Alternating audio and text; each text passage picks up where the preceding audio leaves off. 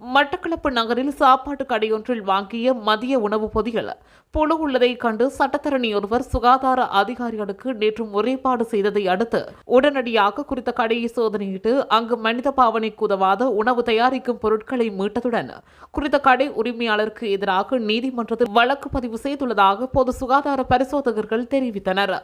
குறித்த கடையில் வளமையாக மதிய உணவு பொதியினை சட்டத்தரணி ஒருவர் வாங்கி சாப்பிட்டு வந்த நிலையில் சம்பவ தினமான நேற்று பிற்பகல் 2 மணியளவில் மதிய உணவு பொதியினை வாங்கிக் கொண்டு தனது காரியாலயத்தில் வைத்து சாப்பிட்டுக் கொண்டிருந்த போது அதில் உள்ள கடற்கரையில் புழு இருப்பதை கண்டுள்ளார். இதனை அடுத்து உடனடியாக பொது சுகாதார பரிசோதகர்கள் குறித்த கடையை முற்றுகையிட்டு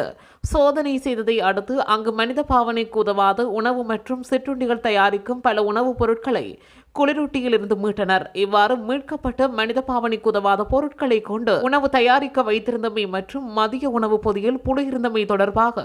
2 குற்றச்சாட்டுகளுக்கு அமைய தனித்தனியாக கடை உரிமையாளருக்கு எதிராக நீதிமன்றத்தில் எதிர்வரும் 27ஆம் தேதி வழக்கு தாக்கல் செய்ய உள்ளதாக பொது சுகாதார பரிசோதகர்கள் தெரிவித்தனர். இதேவேளை கடந்த காலங்களில் குறித்த உணவு விற்பனை செய்து வரும் கடையில் இருந்து மனித பாவனைக்கு உதவாத உணவுகள் தயாரித்தமை மற்றும் உணவு தயாரிப்பதற்காக பொருட்களை வைத்திருந்தமை சுகாதார சீர்கேடாக உணவுகளை கையாண்டமை போன்ற பல குற்றச்சாட்டின் கீழ் பொது சுகாதார பரிசோதகர்கள் அதன் உரிமையாளருக்கு எதிராக நீதிமன்றத்தில் பல வழக்குகள் தாக்கல் செய்யப்பட்ட நிலையில் அவரை தண்டப்பணம் செலுத்துமாறு நீதவான் உத்தரவு பிறப்பித்து தீர்ப்பளித்தமை குறிப்பிடத்தக்கது.